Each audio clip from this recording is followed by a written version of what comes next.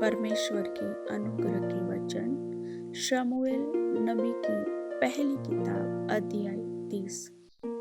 तीसरे दिन जब दाऊद अपने जनों समेत सिकलग पहुंचा, तब उन्होंने क्या देखा कि अमालेकियों ने दक्षिण देश और सिकलग पर चढ़ाई की और सिकलग को मार के फूंक दिया और उसमें के स्त्री आदि छोटे बड़े जितने थे सबको बंदी बना कर ले गए।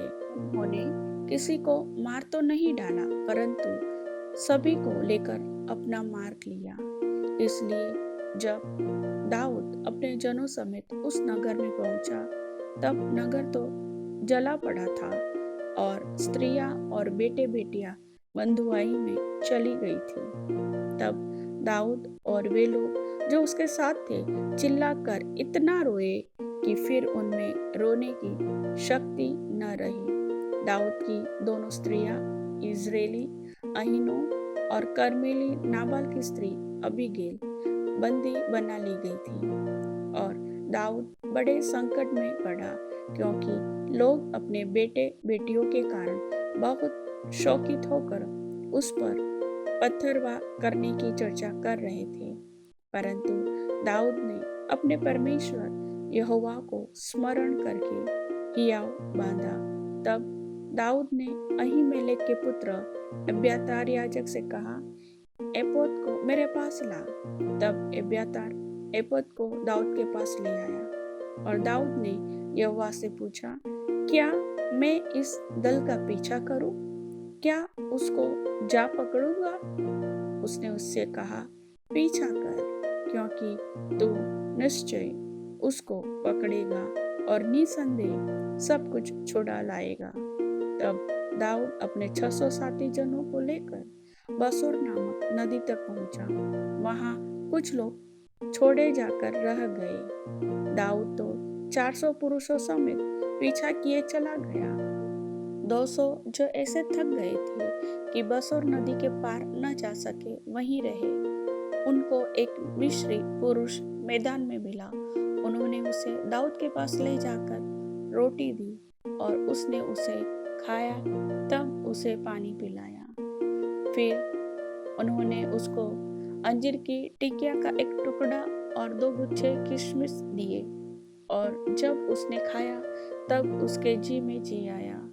उसने 3 दिन और 3 रात से न तो रोटी खाई थी और न पानी पिया था। तब दाऊद ने उससे पूछा, तो किसका जन है और कहाँ का है? उसने कहा, मैं तो मिस्री जवान और एक अमालेकी मनुष्य का दास हूँ और 3 दिन हुए कि मैं बीमार पड़ा और मेरा स्वामी मुझे छोड़ गया। हम लोगों ने करेतियों की दक्षिण दिशा में और यहूदा के देश में और कालेब की दक्षिण दिशा में चढ़ाई की और सिकलग को आग लगाकर फूंक दिया था। दाऊद ने उससे पूछा, क्या तू मुझे उस दल के पास पहुंचा देगा? उसने कहा, मुझसे परमेश्वर की यह शपथ खा कि तू मुझे न तो प्राण से मारेगा और न मेरे स्वामी के हाथ कर देगा, तब मैं तुझे उस दल के पास पहुंचा दूंगा।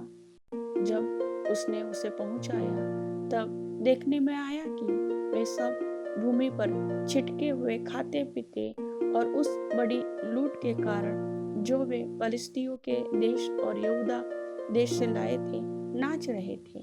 इसलिए दाऊद उन्हें रात के पहले पहर से लेकर दूसरे दिन की सांझ तक मारता रहा, यहाँ तक कि 400 जवानों को छोड़ जो ऊंटों पर चढ़कर भाग गए, उनमें से एक भी मनुष्य न बचा।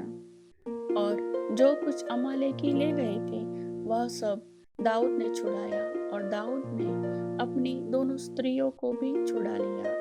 वरन उनके क्या छोटे क्या बड़े, क्या बेटे क्या बेटियां, क्या लूट का माल, सब कुछ जो अमालेकी ले गए थे उसमें से कोई वस्तु न रही जो उनको न मिली हो, क्योंकि दाऊद सब का सब लौटा लाया। और दाऊद ने सब भेड़ बकरियां और गाय बैल भी लूट लिए। और इन्हें लोग यह कहते हुए अपने जानवरों के आगे हाँकते गए कि यह दाऊद की लूट है। तब दाऊद उन 200 पुरुषों के पास आया जो ऐसे थक गए थे कि दाऊद के पीछे पीछे न जा सके थे और बसोर नाले के पास छोड़ दिए गए थे। और वे दाऊद से और उसके संग के लोगों से मिलने को चले और दाऊद ने उनके पास पहुंचकर उनका कुशल क्षेम पूछा। तब उन लोगों में से जो दाऊद के संग गए थे सब दुष्ट और ओछे लोगों ने कहा, ये लोग हमारे साथ नहीं चले थे, इस कारण हम उन्हें अपने छुड़ाए हुए लूट के माल में से कुछ न देंगे, केवल एक एक मनुष्य को उसकी स्त्री और बाल बच्चे देंगे कि वे उन्हें लेकर चले जाएं। परंतु दाऊद ने कहा, हे मेरे भाइयों, तुम उस माल के साथ ऐसा न करने पाओगे जिसे यहोवा ने हमें दिया है और उसने हमारी रक्षा की है और उस दल को जिसने हमारे ऊपर चढ़ाई की थी हमारे हाथ में कर दिया है। और इस विषय में तुम्हारी कौन सुनेगा? लड़ाई में जाने वाले का जैसा भाग हो, सामान के पास बैठे हुए का भी वैसा ही भाग होगा, दोनों एक ही समान भाग पाएंगे। और दाऊद ने इज़राइलियों के लिए ऐसी ही विधि और नियम ठहराया। वह उस दिन से लेकर आगे को वरन आज कानून बना है।